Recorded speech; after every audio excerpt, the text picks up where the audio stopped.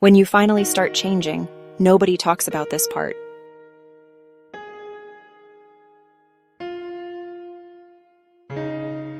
You say no once. You admit you're tired. You ask for a little space. And suddenly, you feel like the bad one. In part 1, you realized you were the strong one carrying everyone's pain. In part 2, you took your first small steps. In part 3, you began to live differently for 1 week.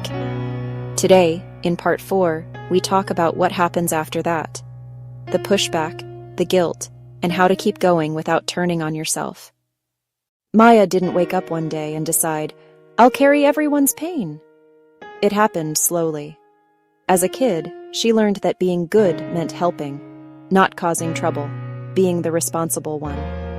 As a teen, she was the peacemaker, the one who calmed everyone down when things got loud at home. As an adult, she was praised for it. "You're so strong. I don't know what we'd do without you." And somewhere along the way, she confused being loved with being useful. Maybe that's you too. Maybe you were the helper, the fixer, the one who grew up too fast. You didn't choose this role on purpose. You adapted to survive and to be loved. One night, Maya gets a familiar message. "Can you talk? I really need you." Old Maya would have pushed her own feelings down and replied, "Call me. I'm here." But tonight, she remembers everything she's learned.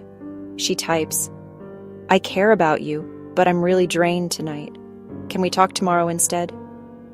She hits send, and then it comes.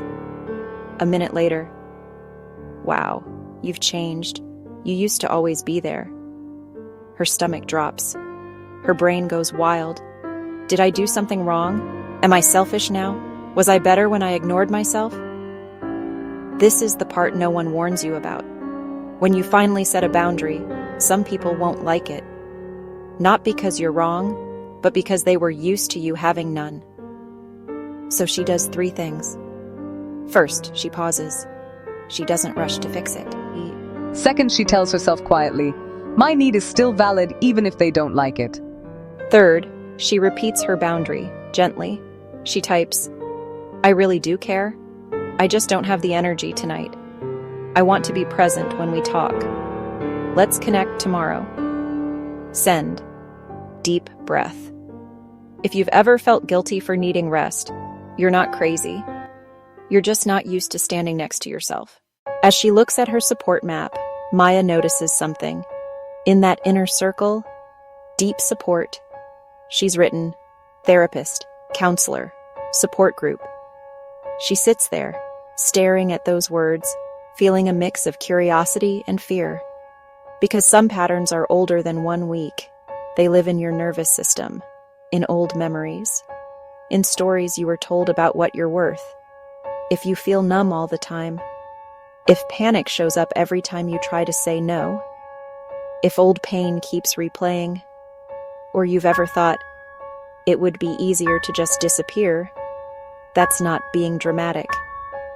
That's your system saying, "I need more help carrying this." Seeing a therapist or counselor doesn't mean you're broken. It means your pain deserves more support than what you can give yourself alone. This video is not therapy, and it's not a replacement for professional help. But it can be the moment you stop trying to heal everything completely alone. To make this real, Maya creates something small she can do every week. She calls it her Strong One Weekly Reset. Once a week, she sits down with 4 questions.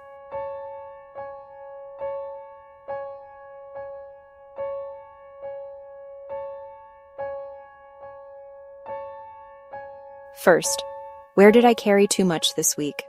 She writes honestly, no judgment, just noticing. Second, where did I set a boundary?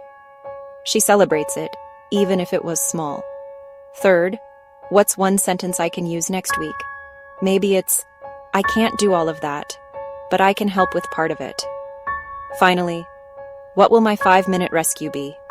A walk, breathing, music, sitting in the car before going inside.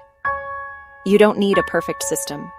You just need one moment a week to remember you're not just a support system, you're a human being. I'll help you start it, but you'll finish it.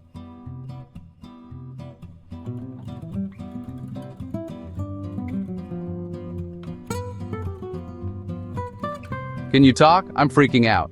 Maya is not the only one. There's the parent who always holds the house together, learning to let others carry their own weight. There's the caregiver who gives their energy all day, finally stepping outside for 5 minutes of their own breath. There's the student who used to be everyone's therapist, now learning to say, I can be here for a while, but I have limits too. Different lives. Same pattern. Same truth. You are allowed to carry your life differently. You didn't write the first chapters of this story. You didn't choose to be the strong one who always fixes, always listens, always holds. But you are allowed to write the next chapters. Chapters where no is not a betrayal. It's honesty. Where asking for help is not weakness. It's wisdom. Where you stop living as everyone's emergency contact and start living as someone whose heart also matters. If this series has felt like your reflection, take a second and breathe. Then tell me in the comments, I'm learning to carry differently. Not, I've fixed everything. Not, I'm perfect now. Just, I'm learning. Your one sentence might be the permission someone else was waiting for. Stay with Conscious Drops if your soul wants stories, not just noise, and gentle tools, not just quotes. From Conscious Drops, truth whispers, timeless wisdom.